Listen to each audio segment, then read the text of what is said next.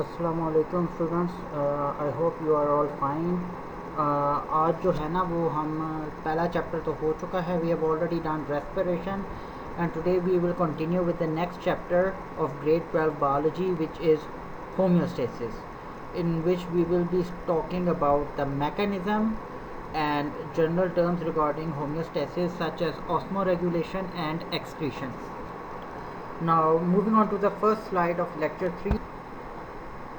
What we will be talking about, as these images are taken from the book, so you can very easily see by comparing it through your own books what we will be doing in this chapter. Okay, so this is a general outline and this is a general view of what we will be going through in this chapter. Okay then, homeostasis is a term which we already know. 10th class में भी आपके पास एक homeostasis का chapter था. Homeostasis एक ऐसा mechanism है जिसमें कोई भी बॉडी या सेल अपने इंटरनल एनवायरनमेंट को कांस्टेंट रखती है.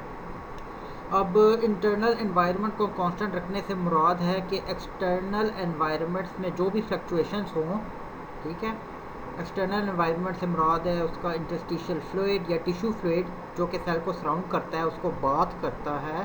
ठीक है, कोई भी सेल अगर प्लाज्मा या लिम्फ में है तो उसका जो लिक्विड पार्ट है obviously that will be the external environment. तो एक सेल अपने एक्सटर्नल एनवायरनमेंट की फ्लक्चुएशन से कैसे अपने आप को बचाता हुआ अपना इंटरनल एनवायरनमेंट कांस्टेंट रखता है, एक सर्टन रेंज के अंदर रखता है, इस प्रोसेस को कहते हैं होम्योस्टेसिस. इस एबिलिटी को, इस टेंडेंसी को for a cell to regulate its internal cell contents, this is called homeostasis. अब ऑब्वियसली ये कोई इतना छोटा मैकेनिज़्म तो लगता नहीं है, क्योंकि एक्सटर्नल एनवायरनमेंट्स तो हमारी हर दफ़ा थोड़ी सी वेरिएबल्स के साथ बहुत ज़्यादा इफेक्ट आ सकता है सेल्स की मेटाबॉलिज्म पे. तो ऑब्वियसली एक बहुत अच्छा, एक बहुत स्ट्रेंथनिंग मैकेनिज़्म होना चाहिए होम्योस्टेसिस के लिए, जो कि बॉडी रखता है और कैसे जो है ना वो इसको मेंटेन भी रखता है. वो फैक्टर्स इंटरनली जो कि सेल विच आर इन्फ्लुएंस, जो सेल के एक्सटर्नल एनवायरनमेंट्स पे इन्फ्लुएंस होते हैं, उनको कहते हैं वेरिएबल्स. यानी ऐसे फैक्टर्स इंटरनली सेल के अंदर जो कि एक्सटर्नल एनवायरनमेंट से चेंज हो सकते हैं, उनको हम वेरिएबल्स कहते हैं, जिनमें body temperature, water and solute contents, ठीक है, जिसको ऑस्मोटिक पोटेंशियल या वाटर पोटेंशियल भी कह सकते हैं. सेट पॉइंट जो है ना वो आइडियल या नॉर्मल वैल्यू है, ठीक है, और वो वेरिएबल की, ठीक है, दैट वाज प्रीवियसली सेट या स्टोर्ड इन मेमोरी. अच्छा स्टूडेंट्स, ये जो एक वेरिएबल को मेंटेन करने की एबिलिटी है ना, ये हमारे अंदर स्टोर होती है. ऑब्वियसली तभी तो हमारी बॉडी को पता चलता है कि ये वैल्यू अब चेंज हो चुकी है, लिहाजा उसको दोबारा से अपने ओरिजिनल पॉइंट पे रिस्टोर करना बॉडी के लिए बहुत ज़रूरी है. ठीक है, होम्योस्टैटिक मैकेनिज़्म जो है ना, ये एक फिज़िकल कंट्रोल सिस्टम की तरह ही काम करता है, जिसके 3 मैकेनिज़म्स होते हैं: रिसेप्टर्स, कंट्रोल सेंटर्स और इफेक्टर्स. यानी जब भी हमें कोई चीज़ ऐसी अपने आमने सामने इर्द गिर्द नज़र आए जो कि चेंज हो गई है, ख़राब हो गई है, तो हमें वो चीज़ नज़र आते हुए हम उसको दोबारा से अपनी असली हालत में वापस लाने के लिए कोई मैकेनिज़्म करते हैं, कोई काम करते हैं, कोई रिस्पॉन्स देते हैं. सेम इसी तरह हमारी बॉडी के अंदर भी एक कंट्रोल सेंटर है जो कि इस चेंज को, हमारी बॉडी के सेल्स के अंदर होने वाली इस चेंज को डिटेक्ट करता हुआ एक रिस्पॉन्स देता है, ताकि उस चेंज को या उस चेंज के इफ़ेक्ट को नलीफाई कर सके. ये जो 3 कंपोनेंट्स हैं होम्योस्टैटिक मैकेनिज्म के, the first component is a receptor. You already talked about that in 10th class. Receptor is something which detects a change. यानी ऐसी फिज़िकल एनवायरनमेंट में या ऐसी एक्सटर्नल एनवायरनमेंट में कोई चेंज जिसको डिटेक्ट बॉडी कर सकता है, उसको कहते हैं रिसेप्टर या सेंसर. ठीक है, वो रिसेप्टर जो है ना वो उस चेंज को डिटेक्ट करता हुआ कंट्रोल सेंटर तक लेके जाता है, जो कि उस चेंज को रेगुलेट करता है, इंटरप्रेट करता है, और इफ़ेक्टर जो है ना वो उसको, उस इफ़ेक्ट को नलीफाई करता है उस मैसेज के थ्रू जो कंट्रोल सेंटर, हमारे केस में जो ब्रेन है या स्पाइनल कॉर्ड है इन सम केसेस, वो इफ़ेक्टर को अपना रिस्पॉन्स या अपना message in the form of neurons की बात हम कुछ आने वाले चैप्टर्स में करेंगे भी, वो जो इफेक्टर अपना रिस्पॉन्स शो करता है ना, वो उसको जो है ना वो इस इफेक्ट को नलीफाई करता है।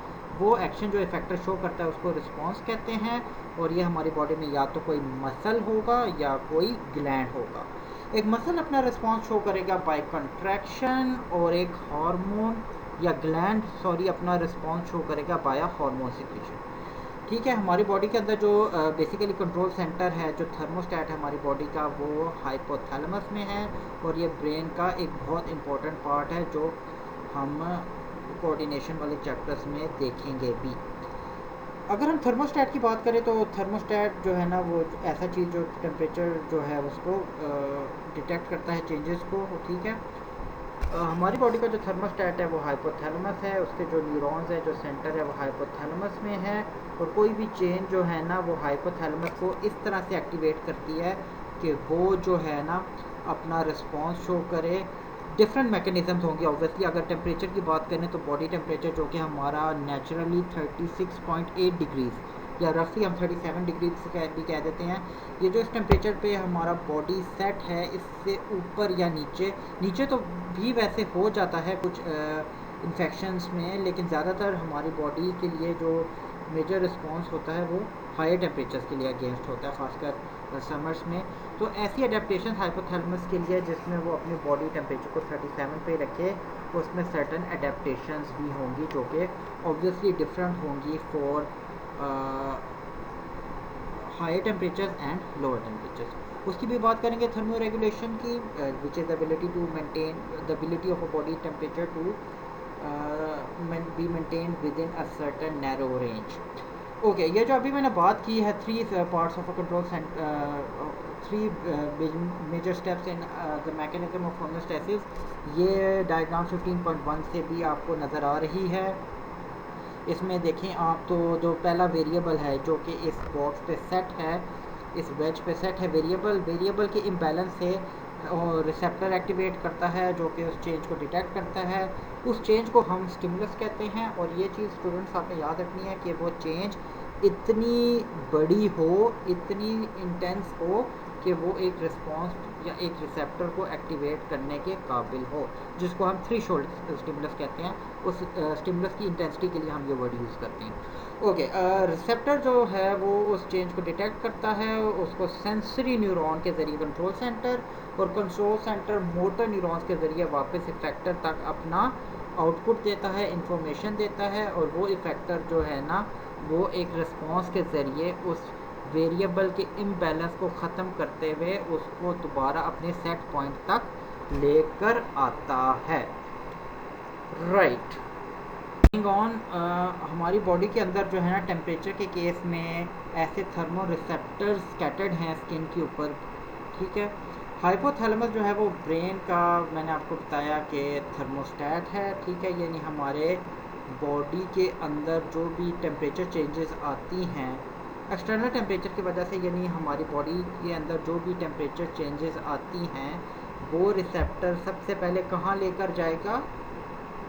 करेक्ट, हाइपोथैलेमस के पास। ठीक है, हाइपोथैलेमस के पास लेकर गया तो वो इफेक्टर्स को इस तरह से एक्टिवेट करेगा कि अगर बॉडी टेम्परेचर को लो करना है तो कूलिंग को जो है वो प्रमोट करेगा, जिसमें स्वेट ग्लैंड्स की एक्टिवेशन है। आप जानते हैं कि स्वेट ग्लैंड्स की एक्टिवेशन से पसीना खारिज होता है, और और पसीने के अखराज से हमारा वो जो बॉडी टेम्परेचर है वो कम हो जाता है, क्योंकि वो स्वेट हमारी बॉडी से जब इवेपोरेट होती है तो वो ऑब्वियसली बॉडी की हीट या जिस्म से वो हीट लेता हुआ बुखारात की फॉर्म में वो स्वेट बाहर एनवायरनमेंट में डिसिपेट हो जाता है, तो ऑब्वियसली बॉडी टेम्परेचर लो हो जाएगा। दूसरे केस में अगर बॉडी टेम्परेचर लो है और उसको बॉडी टेम्परेचर को इंक्रीज़ करना है तो उसके जो अडेप्टेशन है वो डिफरेंट होगी, जिसमें पहली है शिवरिंग आपकी बुक में लिखा हुआ है, जिसमें मसल्स का इनवॉलंटरी कॉन्ट्रैक्शन और रिलैक्सेशन। आप जानते हैं कि मसल्स में एटीपी रिजर्व्स बहुत ज़्यादा होते हैं, तो उनकी कॉन्ट्रैक्शन और रिलैक्सेशन से हीट एनर्जी जो है वो बहुत ज़्यादा खारिज होती है, जो कि बॉडी टेम्परेचर को सेट पॉइंट पे लाने के लिए ज़रूरी होती है। एक दफ़ा जो है वो रिसेप्टर एक्टिवेट हो जाए तो कंट्रोल सेंटर डेफिनेटली उस डेविएशन को डिटेक्ट करते हुए उसको एक जनरल मैकेनिज़्म के तहत उसको अपने वापस कंट्रोल सेंटर या ओरिजिनल सेट पॉइंट के अंदर या with in that tolerable range लेकर आएगा। अब ब्रेन जिस तरह से या कंट्रोल सेंटर जिस तरह से काम करेगा that can be either through a positive feedback और negative feedback mechanism.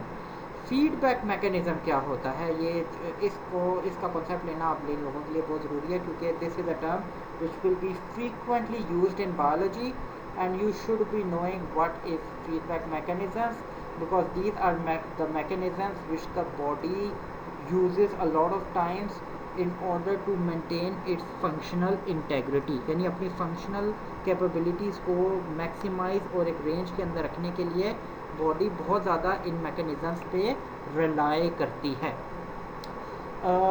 Concept of feedback mechanism in homeostasis, इसकी डेफिनेशन आप स्लाइड पे देख भी सकते हैं। फीडबैक सिस्टम जो है ना ये एक ऐसा कंट्रोल्ड सिस्टम है या ऐसा साइक्लिक इवेंट है जिसमें एक चेंज जो है ना वो वापस सिस्टम को ही भेजी जाती है ताकि जो रेगुलेटर है जो ब्रेन है इस केस में वो एक ऐसा प्रोसेस एक्टिवेट करे जिससे उस चेंज के इफेक्ट को नलीफाई हो। यानी in other words I can say that the output of a process is actually affecting the input. कि एक आप इसको बेसिक टर्म्स में देख लें कि अगर एक प्रोसेस जो है ना वो रिपीटेडली स्टेप्स में हो रहा है या किसी साइक्लिक इवेंट में हो रहा है तो वो जो इवेंट्स होंगे या जो इंटरमीडिएट्स होंगे वो जो जहाँ से वो पैदा हो रहे हैं या जहाँ से वो इनिशिएट हो रहे हैं उन्हीं को वो पॉजिटिवली या नेगेटिवली रेगुलेट करके अपनी सिक्रीशन या अपने जो प्रोसेस की रिएक्शन है उसको ज़्यादा कर रहे हैं या उसको कम कर रहे हैं। अगर ज़्यादा कर रहे हैं या एक आउटपुट किसी इनपुट को मज़ीद फेवर कर रहा है तो वो जो है एक पॉजिटिव होगा फीडबैक, और अगर नेगेटिवली अफेक्ट कर रहा है तो वो एक नेगेटिव फीडबैक होगा। पॉजिटिव नेगेटिव फीडबैक की मैकेनिज्म के एग्जांपल आपने क्लास 10th में इंसुलिन और ग्लूकागॉन, ये जो दो हार्मोन्स हैं पेंक्रियास के आइलेट्स ऑफ लैंगरहैंस से सिक्रीट होने वाले, वहाँ से आपको थोड़ा बहुत आइडिया तो डेफिनेटली होगा, जिसमें आप जानते हैं कि इंसुलिन जो है ना वो that is secreted by the beta cells of islets of Langerhans. जब ब्लड के अंदर इंसुलिन की सिक्रीशन एक ख़ास लेवल से ज़्यादा हो जाती है या जब ब्लड ग्लूकोज की लेवल एक ख़ास लेवल से कम हो जाती है तो एक नेगेटिव फीडबैक के ज़रिए इंसुलिन ही आइलेट्स ऑफ लैंगरहैंस को नेगेटिवली अफेक्ट करते हुए अपनी सिक्रीशन को रोक रहा है, इनहिबिट कर रहा है, स्टॉप कर रहा है। This is a negative feedback और ये इसलिए ज़रूरी है ताकि बॉडी का जो ब्लड के अंदर ग्लूकोज लेवल है वो बहुत कम ना हो जाए। एज यू नो कि हमारे ब्लड के अंदर ग्लूकोज लेवल 0.08% है, तो obviously our body will not want that glucose level to be below that certain level. Negative feedback की एग्जांपल आपकी बुक के अंदर जो है ना वो ADH हार्मोन के थ्रू दी हुई है। ADH एक ऐसा हार्मोन है जो कि पिट्यूटरी ग्लैंड, आप जानते हैं कि ये एक मास्टर ग्लैंड भी कहते हैं इसको, बॉडी का एक बहुत इंपॉर्टेंट हार्मोन सिक्रीटिंग पोर्शन है। पिट्यूटरी ग्लैंड से सिक्रीट होने वाला ये जो हार्मोन है एंटी डायूरेटिक हार्मोन ADH, ये कलेक्टिंग डक्ट या नेफ्रॉन, अभी हम नेफ्रॉन को आने वाले चैप्टर्स में देखेंगे भी, इसलिए मैं बहुत ज़्यादा उसकी अभी डिटेल में नहीं जाऊँगा। लेकिन फ़िलहाल नेगेटिव फीडबैक के लिए आप ये समझ लें कि हमारी किडनी की ट्यूब्यूल्स से एक हार्मोन सिक्रीट होता है ADH जो कि वाटर अब्जॉर्प्शन को इंक्रीज़ करता है। तो ऑब्वियसली ये एक डिहाइड्रेटेड स्टेट में सिक्रीट होगा ताकि हमारे जो बॉडी सेल्स हैं या टिश्यू फ्लूइड है वो बहुत ज़्यादा वाटर लॉस ना करे in case of extreme dehydrated conditions. ADH जो है ना वो बहुत ज़्यादा भी सिक्रीट नहीं होना, क्योंकि और ये डिपेंड करेगा आपकी बॉडी के अंदर जो ब्लड है या जो आपकी बॉडी जनरल या उसकी वाटर अवेलेबिलिटी पे। इसकी जो केस है इसको हम बुक से एक दफ़ा देख लेते हैं और फिर मैं इसको एक्सप्लेन कर लेता हूँ। आप सेकेंड पैराग्राफ को देख लें कि negative feedback is applied to water controlled content in the body when water is deficient. Hypothalamus क्या सिक्रीट करता है, हाइपोथैलेमस जो है ना एक फैक्टर सिक्रीट करता है जिससे पिट्यूटरी ग्लैंड जो है ना वो ADH सिक्रीट करता है।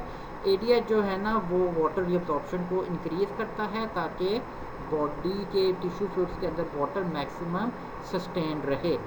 ठीक है, the blood water content rises. ठीक है, जब वाटर कंटेंट जो है ना वो ब्लड के अंदर सेलेक्टिव रीअब्सॉर्प्शन के बाद ज़्यादा हो चुका होता है, तो यही जो वाटर कंटेंट है ये फिर हाइपोथैलेमस को ADH सिक्रीशन से रोकता है। यानी ADH ही हाइपोथैलेमस ही ADH सिक्रीशन को प्रमोट करता है शुरू में, और फिर वही जो है ना वो ADH को इनहिबिट भी करता है। ठीक है, so this is an excellent example of a negative feedback. Positive feedback जो है ना वो क्या होगा, जिसमें जो वेरिएबल चेंज है वो एम्पलीफाई होगा। ठीक है, यानी जो चेंज आई है किसी इनपुट के ज़रिए, उसका जो आउटपुट है वो मज़ीद इनपुट को आउटपुट की तरफ एनहांस करे।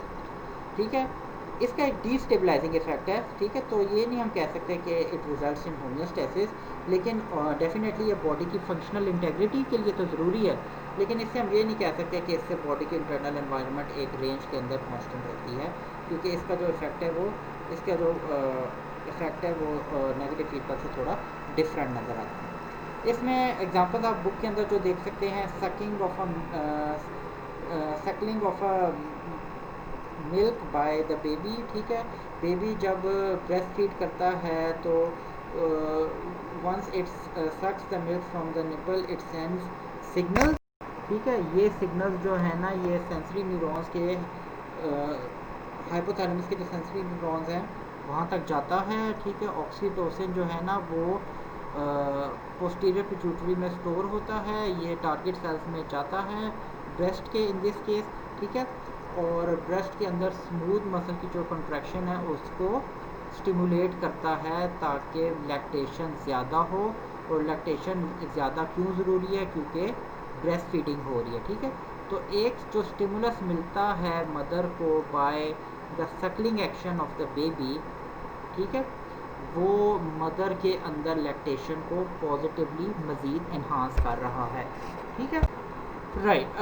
बॉडी जो है ना वो होमियोस्टेसिस 3 मेजर स्टेप्स जो है ना वो बॉडी के अंदर सबसे ज़्यादा ज़रूरी हैं अपने इंटरनल कंटेंट्स को, यानी ये 3 वेरिएबल्स जो है ना ये सबसे ज़्यादा ज़रूरी हैं बॉडी के अंदर या किसी सेल के अंदर अपने इंटरनल रेंजेस को इंटरनल वेरिएबल्स को या कंडीशंस को एक रेंज के अंदर रखने के लिए। फर्स्ट है उसमें ऑस्मो रेगुलेशन, सेकेंड एक्सक्रीशन, और थर्ड है थर्मो रेगुलेशन। ठीक है, ऑस्मो रेगुलेशन की आज हम इस लेक्चर में बात करेंगे। ऑस्मो रेगुलेशन का मतलब है कि the ability to maintain osmotic conditions, यानी एक सेल या बॉडी के अंदर वाटर और सॉल्यूट पोटेंशियल को एक रेंज के अंदर रखना, इसको कहते हैं ऑस्मो रेगुलेशन। यानी despite the fluctuations in the external environment the cell does not lose to keep its internal osmotic balance constant. ठीक है, एनिमल्स जो है ना वो एक्सटर्नल एनवायरनमेंट के हिसाब से या तो ऑस्मो रेगुलेटर्स हो सकते हैं या osmo conformers.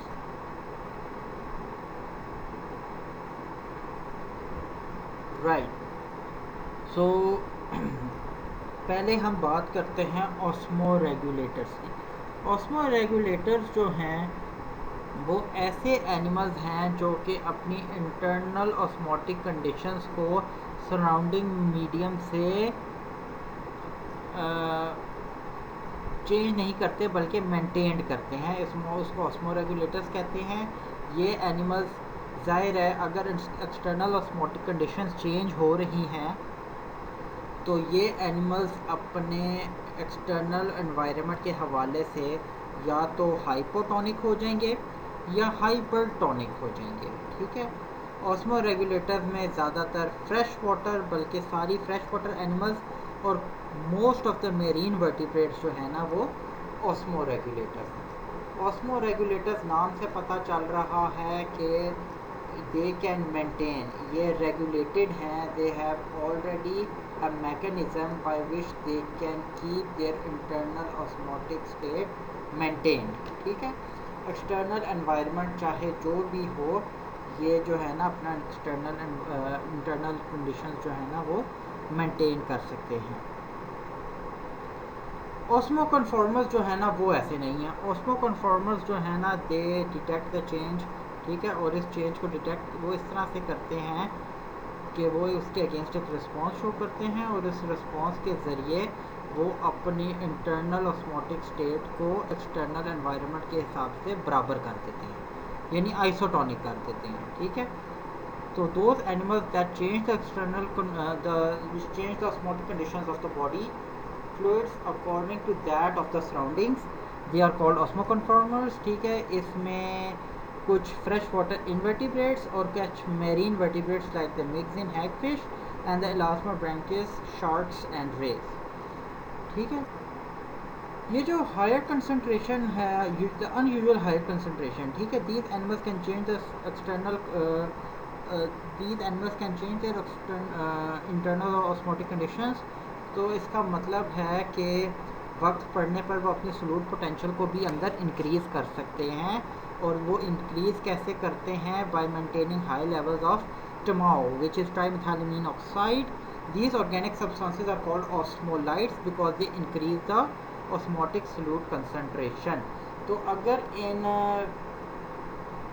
Fresh water invertebrates को या मेरीन वर्टिब्रेट्स को अपने सलूट कंसंट्रेशन बॉडी के अंदर इंक्रीज़ करनी पड़े तो they can retain trimethylamine oxide in their body. लेकिन ये तो होगी इनकी डेफिनेशन, इनकी एग्जांपल्स। ठीक है, अब ऑस्मो रेगुलेटर जो है ना, उनके लिए एक प्रॉब्लम आती है बिकॉज वो अपनी इंटरनल ऑस्मोटिक कंडीशंस या कंसंट्रेशंस को जो है ना वो मेंटेन रखते हैं, तो obviously they have to face the consequences. कुछ प्रॉब्लम्स आती हैं लेकिन वो उनको भी अडेप्ट कर लेती हैं। शुरू में पहले हम इनकी प्रॉब्लम्स की बात करते हैं। फ्रेश वाटर एनिमल्स को देखें ना तो वो एक हाइपोटोनिक एनवायरनमेंट में रहते हैं। हाइपोटोनिक का मतलब है वाटर की टोनिसिटी के हवाले से 3 टर्म्स हम जो नॉर्मली यूज़ करते हैं, आइसोटोनिक, हाइपोटोनिक एंड हाइपरटोनिक। इनकी डेफिनेशन मैं एक दफ़ा रिवाइज़ कर देता हूँ, आप लोगों ने इसको मेरा I am sure 9th class में देख पढ़ा होगा। ठीक है, हाइपोटोनिक एक ऐसी कंडीशन होती है जिसमें सेल का जो वाटर पोटेंशियल है वो सराउंडिंग में ज़्यादा होता है। हाइपरटोनिक में वाटर पोटेंशियल जो है ना वो सराउंडिंग में कम होता है, अंदर ज़्यादा होता है, तो जिसमें वाटर जो है ना वो सेल्स को लीव करता हुआ एक्सटर्नल एनवायरनमेंट में जाता है and this leaves the cell flaccid. ठीक है, श्रिंक हो जाता है, प्लाज्मोलिसिस हो जाती है। और the third case is isotonic, जिसमें वाटर पोटेंशियल या इंटरनल ऑस्मोटिक पोटेंशियल जो है ना वो अंदर और बाहर कांस्टेंट रहता है, यानी जो एग्स और एंडोस्मोसिस का फ्लो है वो इक्वल रहता है, क्योंकि इसमें सलूट कंसंट्रेशन जो है ना वो दोनों तरफ सेल के अंदर और बाहर मेंटेन होती है। Osmo regulators since for fresh water में अगर हम फ्रेश वाटर एनिमल्स की बात करें तो उधर सराउंडिंग में जो फ्रेश वाटर है, सॉल्ट कंटेंट कम है, तो जाहिर है उसमें वाटर कंटेंट बहुत ही बाहर सराउंडिंग में ज़्यादा होगा, तो वाटर जो है ना वो कॉन्स्टेंटली एंटर तो करता है बॉडी के, तो और ऐसा वाटर जिसमें सॉल्ट की कमी हो, वो वाटर जब बॉडी के अंदर आएगा तो उसमें सॉल्ट की कमी होने की वजह से इन एनिमल्स के अंदर भी सॉल्ट की कमी होगी, तो उनको लिए जो है ना वो they have to lose excess water. ठीक है, तो उन्हें पानी ज़्यादा लूज़ करना पड़ेगा और अपने अंदर सॉल्ट कंसंट्रेशन को इंक्रीज़ या ऐसा मेंटेन करना, एक ख़ास लेवल तक मेंटेन करना भी इनके लिए बहुत ज़रूरी होगा। On the other hand marine teleosts जो बोनी फिशेज़ हैं वो भी हाइपोटोनिक हैं सी वाटर के अगेंस्ट। अगर हम इन मेरीन बोनी फिशेज़ की बात करें तो सी वाटर जो कि नमकीन है, सलूट कंसंट्रेशन बाहर ज़्यादा है, तो इनकी जो अपनी इंटरनल बॉडी है वो सराउंडिंग के लिए क्या हो गई? हाइपोटोनिक। ठीक है, तो इनके लिए क्या है? They have to lose water into the surroundings specially across the gill epithelium. ठीक है, तो वाटर लूज़ करने की तो अगर उन्होंने किया तो उनकी बॉडी के अंदर सॉल्ट कंसंट्रेशन ज़्यादा हो जाएगी। ठीक है, और सॉल्ट कंसंट्रेशन ज़्यादा क्यों होगी? क्योंकि बाहर सॉल्ट ज़्यादा है तो water will obviously have to leave the body. और दूसरी कंडीशन ये है कि ये पानी भी पीती हैं, तो पानी जो इनके अंदर जाएगा उसमें भी सॉल्ट की कंसंट्रेशन ज़्यादा होगी। तो डेफिनेटली कुछ ऐसे मैकेनिज़म्स इन मेरीन टिलियोस को चाहिए जिससे वो सॉल्ट को अपनी बॉडी से एक्सक्रीट कर सकें। राइट, अब हम इन अडेप्टेशंस की बात करते हैं। Osmoregulatory adaptations in animals. Right, now first we will talk through fresh water animals. Like osmoregulators में मैंने कहा था कि almost all of the fresh water animals are osmoregulators, और ये जो है ना हाइपरटोनिक हैं एक्सटर्नल एनवायरनमेंट के लिए, ये खुद हाइपरटोनिक हैं और इनका एक्सटर्नल एनवायरनमेंट हाइपोटोनिक है। अच्छा जी, अब ये क्या है, ये डायग्राम से भी एक दफ़ा देखेंगे, लेकिन पहले हम देखते हैं कि इन्होंने करना क्या है। इन फिशेज़ ने जो है ना वो सबसे पहले तो यूरिन जो है ना वो डाइल्यूट एक्सक्रीट करना है ताकि वाटर लॉस इनकी बॉडी से मैक्सिमम हो। वाटर लॉस मैक्सिमम होना इसलिए ज़रूरी है क्योंकि इनकी सराउंडिंग्स में जो है ना वो हाइपोटोनिसिटी की वजह से पानी पहले ही ज़्यादा है और अंदर जो है वो कम है, तो they do not want to lose, they can afford to lose so much water without losing any particular salts.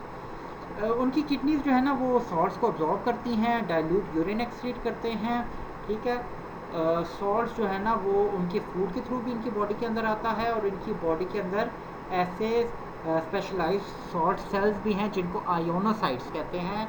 ये आयोनोसाइट्स सराउंडिंग मीडियम से एक्टिवली यानी एक्टिव ट्रांसपोर्ट एटीपी को यूज़ करते हुए, एनर्जी को यूज़ करते हुए, ये एक एनर्जी कंज्यूमिंग प्रोसेस है इन फिशेज़ के लिए, जिससे वो सराउंडिंग मीडियम से सॉल्यूट की कंसंट्रेशन कम होने के बावजूद बाहर से अंदर की तरफ इनको पुश करें, इनको एक्टिवली पंप करें। आयोनोसाइट्स जो है ना वो आपको एम्फीबियन स्किन्स में और फिशेस की गिल्स पे नज़र आते हैं। 15.3 जो ऑस्मो रेगुलेशन है फ्रेश वाटर एनिमल्स के अंदर, इस डायग्राम में अगर आपको देखें तो ये सॉल्ट्स ले रहे हैं फूड से, सॉल्ट्स को लूज़ कर रहे हैं, सॉल्ट आइंस को गिल से ऑस्मोटिक डाइल्यूट यूरिन एक्सक्रीट कर रहे हैं, ठीक है। और ये जो है ना एक्टिवली जो है ना वो मीडियम सराउंडिंग मीडियम से सॉल्ट्स को इनटेक भी कर रहे हैं। मेरीन एनिमल्स जो है ना वो ऑस्मो रेगुलेटर्स हैं, तो ये जो है ना हाइपरटोनिक हैं, ठीक है।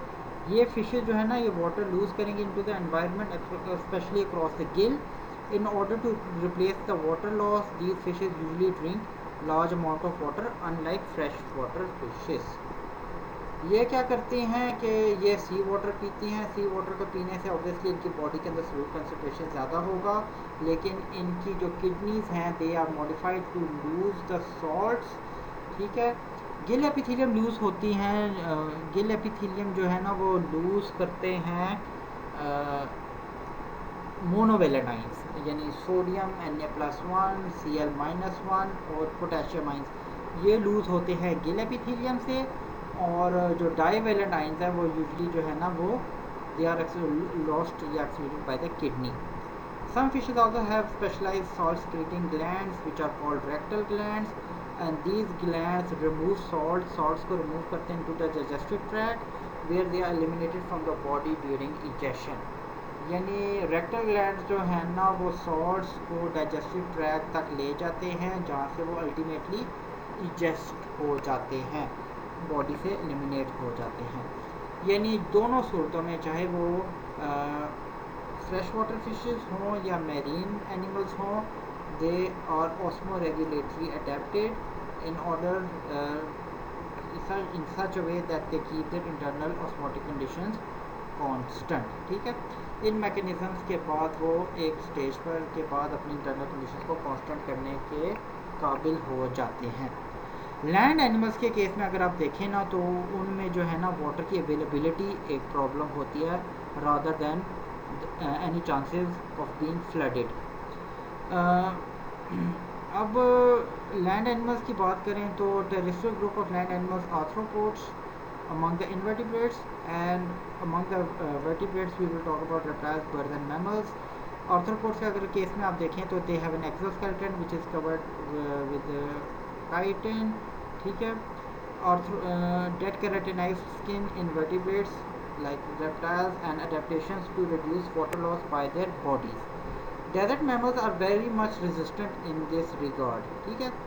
ह्यूमंस के केस में तो ऑब्वियसली वाटर की अवेलेबिलिटी डिटेक्ट हो जाती है और हम जो है ना वो we have usually quite a good access to drinking water, और हम अपनी जो कंडीशंस हैं उनको एक रेंज के अंदर कांस्टेंट रखने में कंपैरेटिवली ज़्यादा कामयाब रहते हैं as compared to different animals जिनके लिए वाटर अवेलेबिलिटी या उनका मेटाबॉलिज्म इतना ज़्यादा होता है कि उन्हें ऐसे मैकेनिज़म्स थ्रू एवोल्यूशन वक्त के साथ साथ अडेप्ट करने पड़े जिससे वो वाटर लॉस को बहुत हद तक मिनिमाइज कर सकें.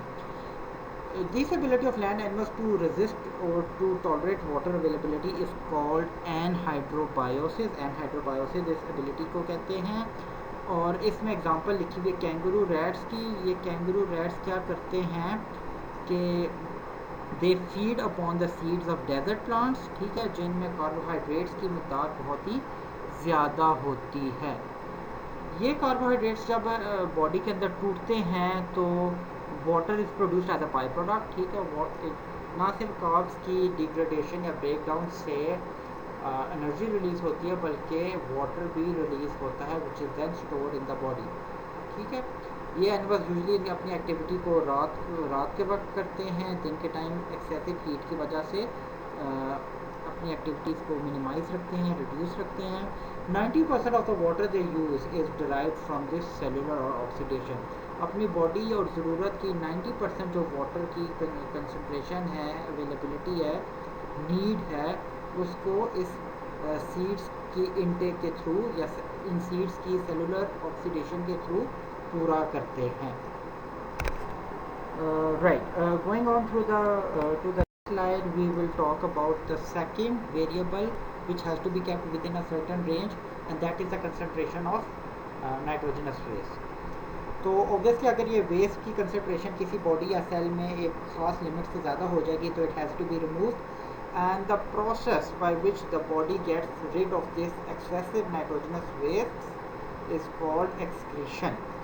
एक्सक्रीशन जो है ना, ये एक ऐसा प्रोसेस है जिसमें केमिकल वेस्ट बॉडी के अंदर जो बनते हैं by the metabolic processes within cells of course वो रिमूव होती हैं, ठीक है. ये मेटाबॉलिक बाय प्रोडक्ट्स रिमूव होना बॉडी के लिए बहुत ज़रूरी है क्योंकि इनकी कंसनट्रेशन एक ख़ास लेवल के बाद बॉडी की इंटरनल मेटाबॉलिज्म पे बहुत ज़्यादा इफेक्ट होती है. बॉडी के अंदर जो मेजर नाइट्रोजनस वेस्ट हैं वो हैं ammonia, urea and uric acid. The exact nature of excretory product, अब जो बेसिकली एनिमल को देखते हुए उसका एक्सक्रीटरी प्रोडक्ट जो है वो यूजुअली बनता है, क्योंकि ये जो वेस्ट प्रोडक्ट्स हैं जो 3 मैंने अभी बोले, इनकी रिमूवल बॉडी के लिए that depends on the availability of water. पानी की ऑब्वियसली एक ख़ास मकदार चाहिए इनको बॉडी से एलिमिनेट होने के लिए. तो अगर हम इनकी बात करें तो basically the correlation with habitat is ammonia aquatic, urea aquatic and terrestrial and uric acid terrestrial. Ammonia जो है ना, उसकी रिमूवल के लिए बॉडी को बहुत ज़्यादा वाटर चाहिए, तो ऑब्वियसली ये एक्वेटिक एनिमल्स के लिए ज़्यादा अफोर्डेबल है because they already live in an environment surrounded by water.